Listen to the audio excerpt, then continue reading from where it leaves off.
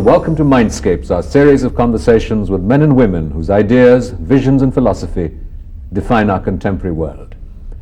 My guest today has been a distinguished bureaucrat.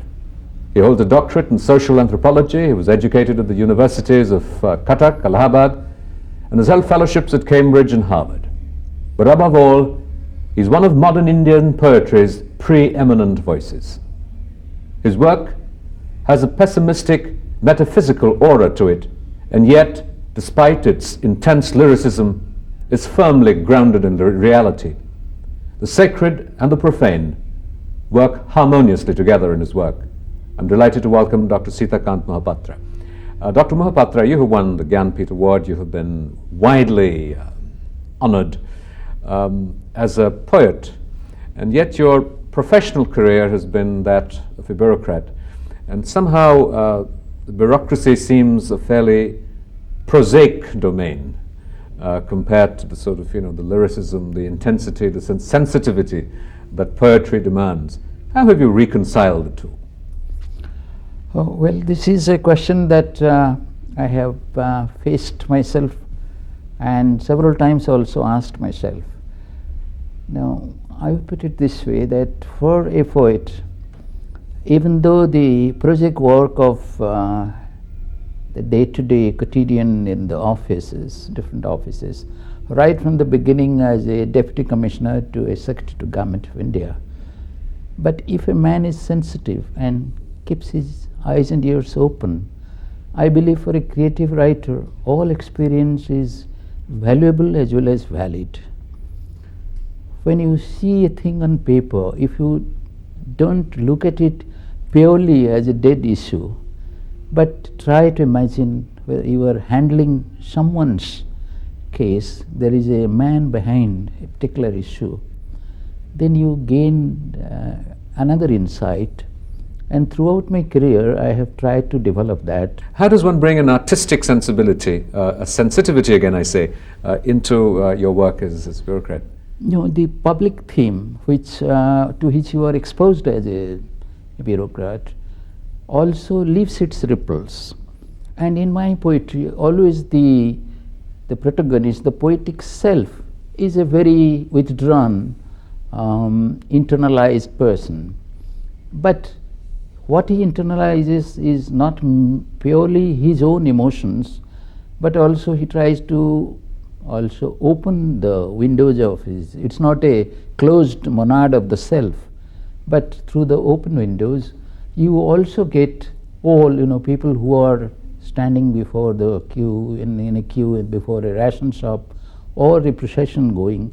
In other words, whatever is happening in the world outside, not merely the clouds or the birds as it used to in the romantic poetry, those also you internalize and give it an intensity. Only you don't speak about them from the in tune of what a political ideology or economic terminology should be a rhetoric or a slogan.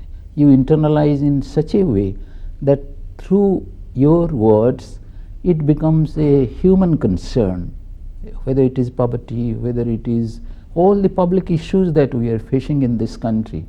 They have, I must say, in more than one way entered into my poetry all through in these 40 years of my writing, as much as I have meditated on my own confrontation with reality, its problems of existence, of life and love, of death. These public themes have also an equal place, and I think they have shaped my sensibility that way. I have never closed myself to this side, and in addition, the opportunity I got to work among tribal societies, that has been also a very great benefit, because here were people who tucked away in hills and jungles, some of the most deprived. Now the tribals have traditionally been, in terms of our contemporary urban jargon, are frequently considered backward. In what ways would you sum up the creativity of a people traditionally regarded as backward? What has always enchanted me is the kind of sense of community. The whole village is one, which doesn't happen in an urban setting. if a person is poor, he doesn't go without a meal if the whole village will look after him. That sense of community, and more than that, that deep attachment to life. In what ways does this sense of community, this harmony with nature and the environment and the cycles of time and life, to what degree does this find expression in art in a manner that seems obviously comprehensible to us outside those communities? You see, they are oral poetry, of which I have edited several anthologies, and now a definitive anthology is going to be published by end of the year under the UNESCO collection of representative works called They Sing Life. They are oral poetry, they are mural paintings on the walls. Not all the communities, but a number of communities. It is excellent as paintings. And their song and dance traditions. These are some of the most fascinating things. It's not only C.M. Baura who ages ago edited primitive songs from different climes, including the African Bushmen or Australians. I pity that in India we still haven't tried enough to document this oral tradition of the tribals in different parts of India, their song traditions, their legends, their folk tales, which on one side is a rich mosaic of a part of our Indian culture. On the other side, there is a crying need that they also share in the national cake. Their deprivation ends, there is more of social justice, that the development efforts not only trickles down but become participants. Apart from studying the tribes, you as a social anthropologist are a student of anthropology, of society, and the processes of societal evolution. How do you respond to the debate? What is the balance? Do we make the tribes forward because we have labeled them backward? What is the balance that we, from the outside, claiming development, can make available to people who are in tribes? In fact, on this also, within the tribal communities, between the older generation and the new, between the illiterates and those who have got now the benefits of education, come to colleges as teachers or to legislatures and parliament, there is a debate. What exactly is the core of our tribal way of life, our civilized? What can stay and what can be given away as peripheral, or even part of the, some of the false impressions, some of the taboos which are not essential to it. This is going on. And moreover, what exactly is the problem of this society is, once I commented upon it, the moral basis of a backward society is this, that they can combine very well for social and cultural purposes. These songs, dances and all numbers. They just cannot combine when it comes to political and economic purposes. And most tribals feel that modern political ideology is splitting them. Once a person told me that we were at one time the whole village was Santal. Now I am a communist Santal, he is a Congress Santal and all that. So the balance should be how we can retain some of these values to which I referred earlier, values which are universal in their significance, and perhaps do away with the few things that is not very essential. In fact, culture change is such a thing that this society are inevitably changing, and I am sure that quite a few things will not remain as they were before, but to the extent possible it would be in the interest of this multicultural society to retain as a part of this vast mosaic of our culture whatever is very valuable in terms of their performing, literary and visual arts, but and their way of life. You have also been a senior bureaucrat looking after education and culture. How does one protect and preserve these? By isolating them, by preserving them at Republic Day parades where we have these sort of little windows on what's happening? How do we preserve, simultaneous to this massive cultural invasion, in a sense, from Western media, how do we preserve these intrinsic elements of our varied heritage? In fact, this is only a kind of a symbolic way and perhaps a superficial way of projecting their lifestyle. To treat as if it is a part of a museum thing. And about museum, this is what a great authority said, that in museums we try to depict a way of life which we ourselves have made impossible. In other words, our attempt should be to see that these societies, these ways of life survive and grow as they are, but with the benefits of economic growth and development flowing in. As I said, part of the society is bound to change. Culture is not a static thing. It should be no one's point that they should remain as deprived, as poor, tucked away in hills and dales, and to be only subjects of study for the civilized chaps from the cities. It should never happen. Dr. Mahapatra, do you think that despite the advent of television, you're a man of words, that the literary traditions have a place, will survive in the very nature of television, and modern television at that, that our attention spans are diminishing. Yes. And we're getting sort of instant gratification by a succession of images which yes. have already been visualized for us in a sense. Exactly. So we're becoming intellectually lazy. That's right. And in terms of almost the demands of, of poetry, do you think in that way that somehow that the nature of art, of sensibility will change? It is antithetic that way, because creative literature always, one of its major purposes to enrich and irrigate the human imagination. And human imagination at the beginning of this millennium is perhaps the most endangered, because we are trying to leave nothing to imagination. The audiovisual, the advertising techniques that don't imagine, don't think. We have done all the thinking for you. Now this danger, the books are certainly an antidote to it, and I feel that till dreams and visions, till man is capable of dreaming, I think there will still be a space for books, because books at their best enshrine a writer's, a creative author's vision of reality. He tries to tell the readers what he has done, what he has tried to say, and it becomes a kind of it becomes a challenge to his imagination. Also the readers, because the reader picks up the resonances from his own experience, his own... That's right. He relives the experience.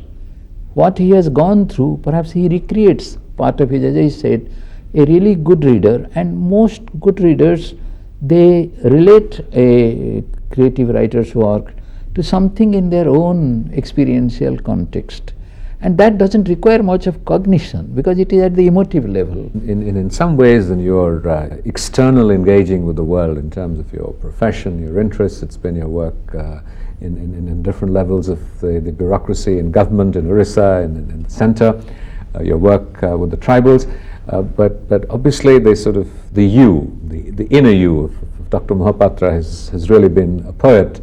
What is it about poetry that you find meaningful, that you find substantive? Is it a process of catharsis, that you have emotions and insights and responses that you want to express? Do you see a social purpose to it? Why do you write poetry? I would put it this way, that whether it is the job I took, that is the civil service, in fact there is a tale to it, because mine had been a generation of teachers. And when my father was 80 and I had joined the IAS, he said that, okay, they say that times are changing, you have done so well, you are number one in your batch, but see that you don't become illiterate. Now this is what the profession I chose, or professionally being a social anthropologist, they remain only as profession. My passion is poetry. I would put that on a much higher level. It is this passion that has always lighted up my inner self, and has not given a secondary place to the others, but everything else has become some kind of subserving the main aim of my poetic self. And in that also I have, even though I have written on literature, social anthropology. I have taken sabbatical many times and taught in the universities of Harvard and Cambridge. I have continued to write poetry only in my mother tongue, because I believe that you can write poetry only in the language in which you dream, and for that language is for me Oriya.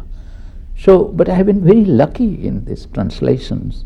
I have continued to write in Oriya, but there have been friends like Sitakant Mahapatra from my state who knows Oriya, and a first-rate poet writing in Indo-Anglian, as they call it. He has translated me.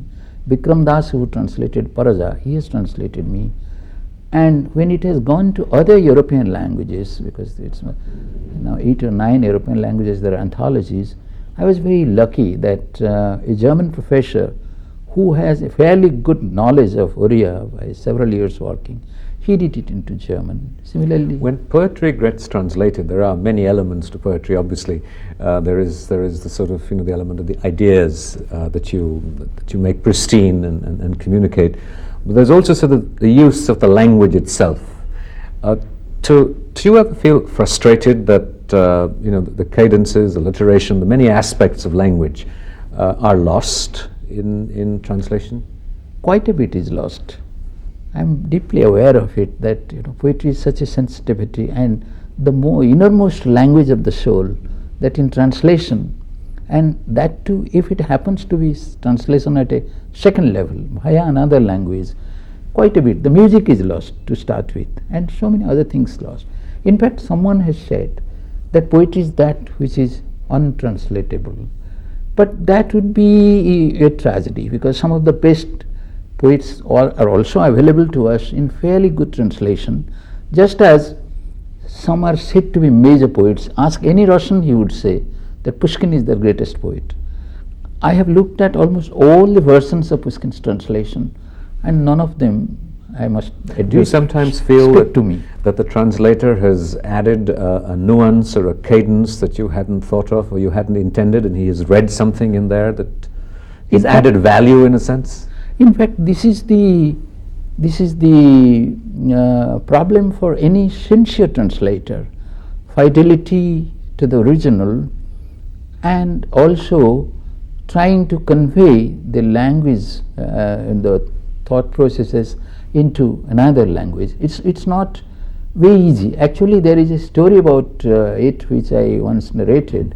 It was about a king who had gone out hunting in the forest. On a riverside, he heard a beautiful bird singing. Back in his palace, he wanted the bird to be brought in. It was brought, but it didn't sing. Someone said that perhaps you have to bring the tree on which it perched. They brought the tree. Even then it didn't sing. Someone said the river, bring the river here. Bring the landscape. Then the king gave it up. What I mean is that the soul of poetry is, which is the bird singing, is perhaps in the entire cultural milieu in which there is so much of cultural baggage, music in the original, that you can't take up through abstract counters of word for word. Then thesaurus and dictionary would do. So someone who is a poet perhaps work in liaison either with the poet or another language, and with love tries to convey it, then it can come out. There have been successful translations, but there have been also awful translations.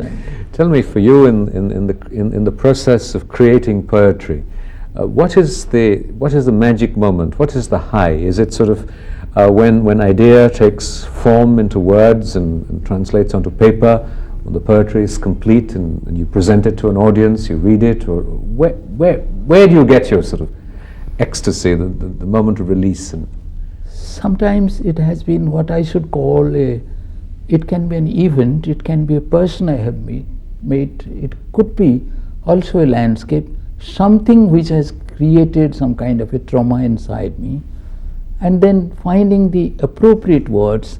Quite often I have written down a short poem almost as if it is in a trance in a half an hour. After that, there have also been on the other side experience when I have written down a first line, maybe a stanza, left it there, come back to it after 6 months or a year, and then thought over that matter, gone inside, searched for what I was trying to say, and then completed it. Because for me, poetry has been not only the innermost statement of the soul, it is also not something which you take several images and try to decorate the drawing room of your poem. It's not that way. Their language and the substance merge inexorably and unobtrusively into each other, so that what you say and how you say it, they become inseparable from each other. And in this process, the search for the proper language, the most intense language, so that, because I think in a good poem, every word should speak. There could be words which I do revise my poems a lot. I try to concert. Even sometimes I have thrown away poems which I feel haven't said not an iota of what I have said, and yet the feeling remains that what you want to say finally perhaps will not be ever said. That perhaps gives me the kind of hope that the best that I can write is yet to come. That is the feeling one is left with. You mentioned you use the word trauma, sort of the trauma of a landscape. Why the word trauma? Is sort of anguish, conflict, something discordant in some ways necessary to trigger the poetic impulse? It is. It is a kind of a feeling of that you are as if a man possessed. You are not quite in synergy with the near and dear ones, and you are sipping, let's say, a cup of tea with your wife, and then you are suddenly feeling as if she is a distant star and she isn't there. Somewhere you feel that when the poem is growing within you, and it takes time to grow, when it is growing within you, that period, there have been several ways of looking at it, but one way is certainly that there is a feeling of restlessness till you have properly sized of your own emotion, given it an architecture of words, given them the kind of music which you think that it should come through in the poem. Because I believe that lyricism, they have said that just as there is a metaphysical pessimism in his poetry, there is a lyricism. Intense lyricism, yes. Yes, and that in certain other poems also I have taken some of the traditional epics and myths and given them a modern context. 3 such poems, for example, which have been very much discussed and translated into many of the European languages, and I am very happy that they have been understood there. A poem on Yeshoda, a poem on Kupja, the hunchbacked woman who was transformed by Krishna's magic touch, and a poem on Jara, the primitive hunter who mistakenly killed Krishna. Now Yeshoda, looking into Krishna's mouth, the infant Krishna's mouth, seeing the stars and planets, telling this to the cowherd maidens, who said that you must be mad. This, I thought, is a metaphor for all persons, including creative artists, who perhaps see another vision of reality, which is then the known reality never remains the same. You become a man possessed. Just as the hunchback woman the cursed woman getting transformed by the magic touch of Krishna in the streets of Mathura and Kansa, it was the mythical moment of transformation. That when you open the corridor to your inner self, and not just wearing a mask. Doesn't that call for a poet to have substantial courage to open the inner corridor of his heart, to lift the veils of the external forms that we always put on? In fact, I once wrote about it that for a poet it is not purely a vision that he must have. The most important thing in creative work, and that and poetry particularly, is the courage.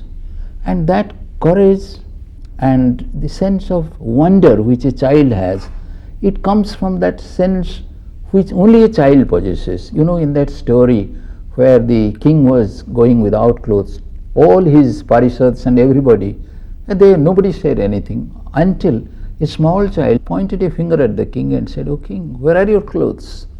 That, I think, that courage which comes from innocence as well as vision which the child, and I believe that a creative writer is one in whom this child is alive, and he is creative till the child, his hopes, his visions, his sense of wonder in the sense that every sunrise is another new sunrise, not a quotidian. We tend to feel that we have seen it. In some ways, we all wear clothes. What would you like? What would be your hope that people in looking at you, in reading your work, how would you like them to describe you? In fact, I feel that the most satisfying occasions have been when a reader, whom I just don't know from somewhere in the interior, has so much identified with what I have said in a poem that he writes back saying that as if I felt it, as if this is my experience. Because I feel that all human beings are basically, there is a poet inside everyone. Who hasn't felt the way a poet feels with the death of a father, or when he loves a child, his own children? Only the poet is lucky that he uses words. But for me, it has always been an attempt to hold up that mirror to the readers, that this is the picture of our human condition, all our grandeur, all our defeats, all our hopes. And I have always tried to refuse to take a pedestal that I am speaking to, because in my view good poetry never aspires to teach or to be didactic, to share, so that we are less lonely, more together, so that we build that images of feeling together. That is what I think is the basic inspiration in my poetry. If you were on the proverbial desert island and were allowed to take one book with you, what would it be? I'll take a Milan Kundera book, and it would be Infinity, his one of his latest. And one other book which I have always enjoyed reading is Albert Camus' Plague, to which I have gone back time and again. The doctor trying to save human lives when the North Algerian town is struck by a plague, and a Father Penelou who says that, well, this is a visitation from God because of the growing irreligious temperament everywhere. The father is invited by the doctor to the death of a 4-year child. His death throes, only 2 minutes it lasts, he dies. And then the father says, shakes hands with the doctor and says, now I have gone through something which even Jesus Christ cannot separate us. Then the father had seen that Christianity doesn't matter. What is important is a human life. That is one of my books I tremendously admire. Perhaps I would take that and 1 or 2 books of Milan Kundera or Marquez. Marquez also is, these 3 as fiction writers are very intimate to my soul. And poetry, I would carry a volume of Pablo Neruda, Residencia and Terre, that is the Residence on Earth. Thank you very much, Dr. Mahapatra. That's been great.